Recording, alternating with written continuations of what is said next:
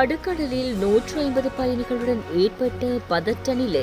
உயிரிழந்த ஆசிரியர் தொடர்பான விவரம் வெளியானது.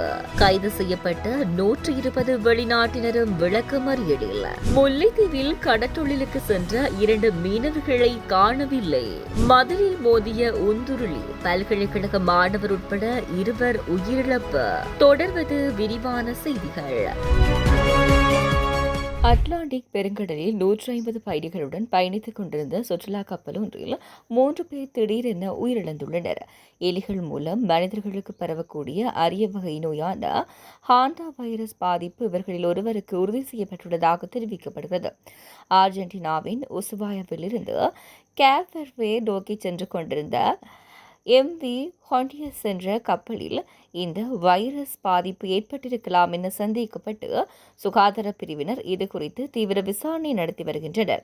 இது தொடர்பாக உலக சுகாதார அமைப்பு நேற்று வெளியிட்ட அறிக்கையில் ஒருவருக்கு வைரஸ் பாதிப்பு உறுதி செய்யப்பட்டுள்ளதாகவும் மேலும் 5 பயணிகளுக்கு தொற்று இருக்கலாம் என சந்தேகிக்கப்படுவதாகவும் தெரிவித்துள்ளது. பாதிக்கப்பட்ட 6 நபர்களில் 3 பேர் உயிரிழந்துள்ளனர். ஒருவர் தற்போது தென்னாப்பிரிக்காவில் தீவிர சிகிச்சை பிரிவில் அனுமதிக்கப்பட்டுள்ளார் என்று WHO கூறியுள்ளது. மேலும் கூடுதல் ஆய்வக பரிசோதனைகள் மற்றும் நோய் பரவல் குறித்த விரிவான புலனாய்வு உள்ளிட்ட விசாரணைகள் தொடர்ந்து நடைபெற்று வருகின்றன. பயணிகள் மற்றும் ஊழியர்களுக்கு தேவையான மருத்துவ கண்காணிப்பும் ஆதரவும் வழங்கப்பட்டு வருகின்றன. வைரஸின் மரபணு வரிசை முறை குறித்த ஆய்வுகளும் முன்னெடுக்கப்பட்டுள்ளன என்று அந்த அறிக்கையில் குறிப்பிடப்பட்டுள்ளது. மேலும் பாதிப்பு அறிகுறிகள் தென்படும் மற்ற 2 பயணிகளை வெளியேற்றுவதற்காக சம்பந்தப்பட்ட நாடுகளுக்கிடையே ஒருங்கிணைப்பு பணிகளை மேற்கொண்டு வருவதாகவும் WHO சேர்த்துக் கொண்டுள்ளது. தென்னிலங்கையில் ஆத்திரத்தில் தனது வீட்டை விட்டு வெளியேறியதாக கூறப்படும் ஆசிரியையின் சடலம் ஒரு நாள் கழித்து களுத்துறை தெற்கு கடற்கரையில் கண்டுபிடிக்கப்பட்டது. உயிரிழந்தவர் பண்டாரகம வேதியக்குழவைச் சேர்ந்த ஆசிரியாக பணிபுரியும் 42 வயதான நதிஷானி தரங்கிக்க அமர்நாயக்க என அடையாளம் காணப்பட்டுள்ளார். ஒரு பிள்ளையின் தாயான அவரது கணவரும் ஒரு பாடசாலை நடன ஆசிரியராக பணிபுரிகிறார் எனவும் தெரியவந்துள்ளது. கடந்த 29ஆம் தேதியன்று உயிரிழந்த ஆசிரியை தான் முன்பு கற்பித்த ஒரு பாடசாலையில் தனது தோழிக்கான திருமண நிகழ்வை ஏற்பாடு செய்திருந்தார். அந்த நிகழ்வில் அவர் கலந்து கொண்ட போதிலும் அவரது பணி காரணமாக அவரது கணவரால் கலந்து கொள்ள முடியவில்லை. இதன் காரணமாக இருவருக்கும் இடையே சில மனக்கசப்புகள் ஏற்பட்டதாகவும் இதற்கிடையில் 30ஆம் தேதியன்று உயிரிழந்த ஆசிரியையின் கணவர் அவரது பாடசாலை சம்பந்தமாக கொழும்பில் நடைபெற்ற நிகழ்ச்சியில் கலந்து கொண்டார் எனவும் தெரியவந்தது. அந்த விழாவில் கலந்து கொள்ள வேண்டாம் என உயிரிழந்த ஆசிரியை பலமுறை அவரிடம் கூறியிருந்தார். அன்று தன் கணவருக்கு பலமுறை தொலைபேசியில் பேசியிருந்த அந்த ஆசிரியை வீட்டை விட்டு கோபமாக வெளியேறியுள்ளார் என்பதும் குறிப்பிடத்தக்கது. அவரை கண்ட அவரது மகனும் தாயும் போக வேண்டாம் என கூறி அவரை பின்தொடர்ந்தனர். ஆனால் தன் தாய் சென்ற வேகத்தில் பாட்டியுடன் அவரால் செல்ல முடியவில்லை. மேலும் தாய் முச்சக்கர வண்டியில் சென்றுவிட்டதாக மகன் தெரிவித்துள்ளார். இந்த நிலையில் வீட்டுக்கு வந்த கணவர் தன் மனைவியின் தொடர்ச்சியான தொலைபேசி அழைப்புகள் மூலம் அவர் வீட்டை விட்டு வெளியேறி சிறிது தூரம் நடந்து சென்று ஒரு முச்சக்கர வண்டியில் ஏறி சென்று விட்டதை அறிந்து கொண்டார். இந்த நிலையில் 1ஆம் தேதி களுத்துறை தெற்கு கடற்கரையில் பெண்ணின் சடலம் கண்டுபிடிக்கப்பட்டுள்ளது. கணவரும் தாயாரும் அழைக்கப்பட்டு மேற்கொள்ளப்பட்ட விசாரணையில் உயிரிழந்தவர் காணாமல் போன பெண் என உறுதி செய்யப்பட்டுள்ளது. ராஜகிரிய பகுதியில் நேற்று கைது செய்யப்பட்ட 120 வெளிநாட்டினரை மே 6ஆம் தேதி வரை விளக்கமறியலில் வைக்குமாறு புதுக்கடை நீதவான் நீதிமன்றம் உத்தரவிட்டுள்ளது. ராஜகிரிய மெதவலிகட பகுதியில் தங்கியிருந்த 120 வெளிநாட்டவர்கள் நேற்று கைது செய்யப்பட்டனர். அவர்களில் சீனா, வியட்நாம், பிலிப்பைன்ஸ், தாய்லாந்து மற்றும் மலேசியா ஆகிய நாட்டவர்களும் அடங்குவதாக தெரிவிக்கப்பட்டுள்ளது. விசா காலம் நிறைவடைந்து நாட்டில் தங்கியிருக்கும் வெளிநாட்டவர்களுக்கு தங்குமிடம் வழங்குபவர்களுக்கு எதிராக சட்ட நடவடிக்கை எடுக்கப்படும் என காவல்துறை எச்சரிக்கை விடுத்துள்ளது. கடந்த சில மாதங்களில் குடிவரவு சட்ட மீறல்கள் மற்றும் கணினி குற்றங்களுக்காக அதிகளவான வெளிநாட்டவர்கள் கைது செய்யப்பட்டுள்ளனர். இதனை அடுத்து இந்த எச்சரிக்கை விடுவிக்கப்பட்டுள்ளது. கைதானவர்களில் பெரும்பாலானவர்கள் சீன நாட்டவர்கள் என காவல்துறையினர் தெரிவித்தனர். இதனிடையே இணைய வழியாக பல்வேறு நிதி மோசடிகளில் ஈடுபட்ட சந்தேகத்தின் பேரில் நாடளாவிய ரீதியில் 157 வெளிநாட்டவர்கள் கைது செய்யப்பட்டுள்ளனர்.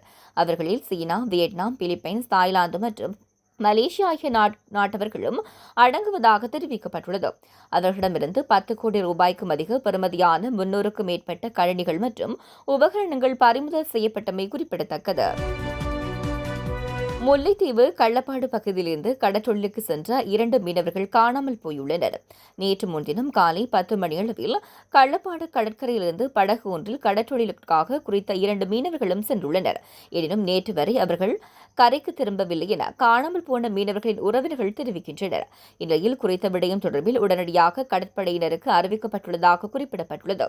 அதே நேரம் பிரதேச மீனவர்கள் இணைந்து படகுகளில் சென்று குறித்த கடற்கரையில் நேற்றைய தினம் தேடுதல் நடவடிக்கையில் ஈடுபட்டிருந்தனர். எவ்வாறாயினும் அந்த தேடுதல் முயற்சி தோல்வியடைந்ததுடன் இன்றும் தேடுதல் பணிகளில் ஈடுபடவுள்ளதாக குறிப்பிடப்படுகிறது. அத்துருக்கிரிய கொட்டாவ வீதியில் உள்ள பழைய சந்தி பகுதியில் அதிவேகமாக சென்ற ஊந்துருளி கட்டுப்பாட்டை இழந்து மதில் மோதிய விபத்தில் சைக்கிளை ஓட்டிச் சென்றவருடன் அவரது பின்னால் அமர்ந்திருந்தவரும் உயிரிழந்துள்ளனர். உயிரிழந்தவர் மாலாப்பி பகுதியில் உள்ள தனியார் பல்கலைக்கழகத்தில் கணினி அறிவியல் பட்டம் பயிலும் 20 வயதுடைய மாணவர் மற்றும் ஹோமாகம பகுதியில் உள்ள வாகன திருத்தகத்தில் பணிபுரிந்து வந்த இளைஞர் ஆவார். அதிகாலை 2 மணியளவில் அத்திருகிரியை நோக்கி பிற உந்துருளி குழுவினருடன் சென்று கொண்டிருந்த போது இந்த விபத்து ஏற்பட்டதாக காவல்துறையினர் தெரிவித்துள்ளனர். விபத்தில் காயமடைந்த இருவரும் ஹோமாகம ஆதார மருத்துவமனையில் அனுமதிக்கப்பட்ட போது ஏற்கனவே உயிரிழந்ததாக தெரிவிக்கப்படுகிறது. அரசியல் களத்தை மாற்றிய தமிழக வெற்றிக் கழகம் 80 லட்சம் வாக்குகளை கடந்து சாதனை. வாக்கு எண்ணிக்கையில் விஜயின் தமிழக வெற்றிக் கழகம் தொடர்ந்து முன்னணியில் இருந்து வரும் நிலையில் தமிழக வெற்றிக் கழகம் 80 லட்சம் வாக்குகளை கடந்துள்ளதாக தெரிவிக்கப்பட்டுள்ளது. பிற்பகல் 12 மணி நிலவரப்படி தமிழக வெற்றிக் கழகம் 112 தொகுதிகளிலும், அதிமுக கூட்டணி 70 தொகுதிகளிலும், திமுக கூட்டணி 52 தொகுதிகளிலும் முன்னிலையில் உள்ளது. மேலும் அவர் ஒரே நாளில் திமுக கோட்டையை உடைத்து அரசியல் களத்தை மாற்றியுள்ளார் என இந்திய ஊடகங்கள் செய்தி வெளியிட்டுள்ளன. காலை 11:30 நிலவரப்படி தொடர்ந்து தமிழக வெற்றிக் கழகம் ஆதிக்கம் செலுத்தி வருகிறது. தமிழக வெற்றிக் கழகம் 109 தொகுதிகளிலும், திமுக கூட்டணி 50 தொகுதிகளிலும், அதிமுக கூட்டணி 75 தொகுதிகளிலும் முன்னணியில் உள்ளது. தபால் மூல வாக்குகளின்படி தமிழக வெற்றிக் கழகம் 100 தொகுதிகளிலும், அதிமுக கூட்டணி 81 தொகுதிகளிலும், திமுக கூட்டணி 50 தொகுதிகளிலும் முன்னிலையில் உள்ளது. முதலில் தபால் மூல வாக்குகள் எண்ணப்பட்டு வரும் நிலையில் தமிழக வெற்றிக் கழகம் முன்னிலை பெற்று வருகிறது. அதன்படி காலை 9:20 நிலவரப்படி தமிழக வெற்றிக் கழகம் 73 தொகுதிகளிலும், திமுக கூட்டணி 50 தொகுதிகளிலும், அதிமுக கூட்டணி 54 தொகுதிகளிலும் முன்னிலையில் உள்ளது. தமிழ்நாடு, மேற்கு வங்கம், கேரளம், அசாம், புதுச்சேரி ஆகிய மாநிலங்களிலும் இன்று தேர்தல் முடிவுகள் வெளியாகின்றன. காலை 8 மணிக்கு அதிகாரிகள் தபால் வாக்குகளை எண்ணும் பணியை தொடங்குவார்கள் என கூறப்படுகிறது. அதனைத் தொடர்ந்து காலை 8:30 மணிக்கு மின்னணு வாக்குப்பதிவு இயந்திரங்கள் எண்ணும் பணி தொடங்கும். தொடர்ந்து மாலை 5 மணியளவில் இந்திய தேர்தல் ஆணையம் யார் வெற்றியாளர் என்று அதிகாரப்பூர்வ அறிவிப்புகளை வெளியிடும் என தெரிவிக்கப்பட்டுள்ளது. தமிழ்நாட்டில் சட்டப்பேரவை தேர்தலில் வாக்குகள் எண்ணப்பட்டு வரும் நிலையில் விஜயின் தமிழக வெற்றிக் கழகம் 1.09 கோடி வாக்குகளை பெற்றிருந்தது. தமிழ்நாடு சட்டப்பேரவை தேர்தல் 2026இல் 2ஆம் இடத்தில் 71.97 லட்சம் வாக்குகளுடன் திமுக 2ஆம் இடத்தில் உள்ளது. 2021ஆம் ஆண்டு தேர்தலில் வெற்றி பெற்ற திமுக 2.09 கோடி வாக்குகளை பெற்றிருந்தது. அதிமுக கூட்டணி ஒட்டுமொத்தமாக 1.83 கோடி வாக்குகளை பெற்றிருந்தது. வரலாற்றில் முக்கிய நிகழ்வாக புதிய கட்சியான தமிழக வெற்றிக் கழகம் இதுவரை 1.09 கோடி வாக்குகளை பெற்று முன்னிலையில் உள்ளது. திமுக கூட்டணி மற்றும் அதிமுக கூட்டணிகளின் ஒட்டுமொத்த வாக்கு வங்கியில் சரிபாதியை தற்போது தமிழக வெற்றிக் கழகம் பெற்றிருப்பதாக கூறப்படுகிறது.